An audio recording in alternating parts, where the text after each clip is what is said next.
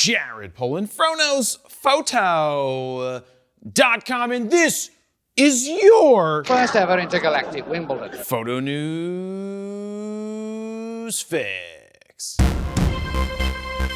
This fix is brought to you by the next Fronos Photo Boot Camp, which will be held on Saturday, August 16th, 2025, right here in at the Fro Factory. If you've ever wanted to learn directly from me in person, now is your chance. There's only 18 total spots with 12 currently remaining for this date, and it's going to probably sell out. At least I hope so. My boot camps are for everyone from a beginner who's just starting out, or someone who's been shooting for a while but wants to improve much quicker, or someone who's fairly accomplished but needs specific in-person help. We've got you covered.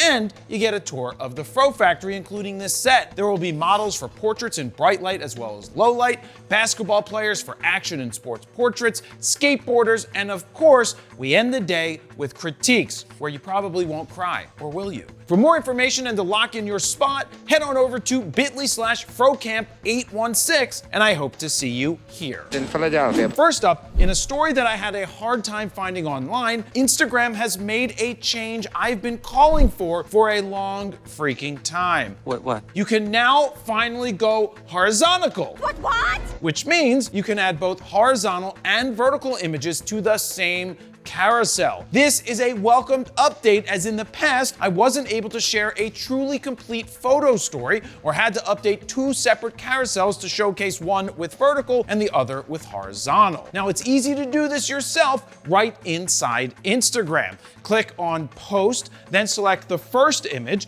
then click the icon to allow for multiple images. Select up to 20 images, horizontal and vertical. Don't worry about their formatting just yet. Hit Next, then this box icon, and when you click that, go ahead and click on Mixed, and you're pretty much there and ready to go. Now you can still do some tweaking for sizing and framing, but finally you can mix and match horizontal and verticals. Now, if we could get 2:3 aspect ratio for posting images, you know, the way that they were meant to be shot. I know, don't shoot me, they're not all 2:3, but 2:3 is much better. Does your Instagram have this feature? Because I couldn't find anything official about it, but I can do it. Let me know down below. Next up, Sony Alpha Rumors is claiming that a newly registered camera might be the A7 IV. Now they had this to say: from trusted sources, we can be almost certain that one of them is for the new Sony A7 IV, but I don't know the specs yet, and all I get are rumors from anonymous messengers. This one sounds reasonable, but of course it could just be conjecture. That's what we call a hedge. Anyway, the rumor is as follows. I saw some prototypes. It had 44 megapixels, 20 frames per second, non-stack sensor, 100% confirmed, same body as the A1 II, same screen as the A1 II, which means that it's a shitty screen, AI chip. No shit, it's gonna have an AI chip. New improved EVF, could not really confirm, and better heat management. And they expect it to be announced in the summer at the earliest. Now my take on this is, I'm not sure about 44 megapixels at 20 frames per second. What's wrong with good old 33 megapixels? That's more than Canon's 24 in what would be a similarly priced body. Yeah, I can't say similarly, okay? Take it as it is. At 20 frames per second, I would certainly hope the sensor readout speed has improved, because what good are 20 frames per second if the warping is as bad as it was in the A7 IV? Regardless, an updated A7 V with better feeling body, better AF, better everything would be welcomed. The A7 line of cameras is one of the best bang for your bucks that you can get from Sony. Its counterparts are solid as well. Nikon's Z6 III and Canon's R6 Mark II, as well as hopefully the soon to be announced Mark III. Again, take these rumors with a grain of NaC4, or more commonly known as salt. Yeah, I know it's wrong, Dan, just leave it in there. I want people to comment down below. Next up, before we get to the last story, the Sigma BF real world review is now posted here on YouTube. You can check it out after the fix. The link is down below in the description. And finally, in more terrible news for the camera industry, Sony's price hikes have officially kicked into gear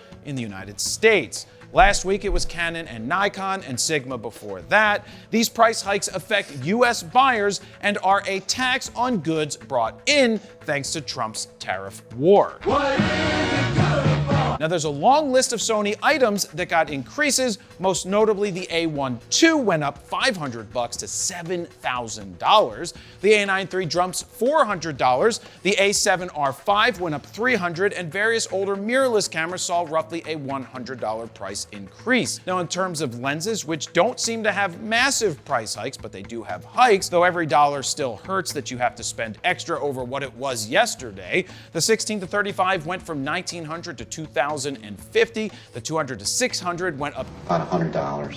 $100, huh? 24 to 70 GM2 is up $150 to $2449.99. The 300-28 is up $500, and a whole bevy of other lenses are also up as well. Look, this isn't a Viagra commercial or Cialis for if you run into 6 hours long erection. You might need to do something about it. Bullshit. Full true. The moral of the story is, I hope for your sake, if you were looking to buy Sony, you kind of did it before the price hikes. Now, once again, this is bad news for consumers and small businesses.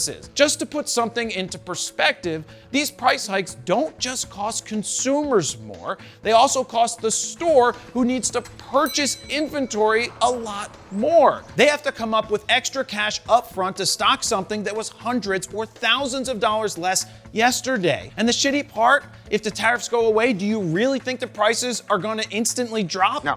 This is just the tip of the iceberg. There's a lot more to come when it comes to tariffs and price hikes. Man, that sucks! And there you have it. That's your photo news fix this time around. Thank you very much for watching. Jared Polin, PhotoKnowsPhoto.com. See ya.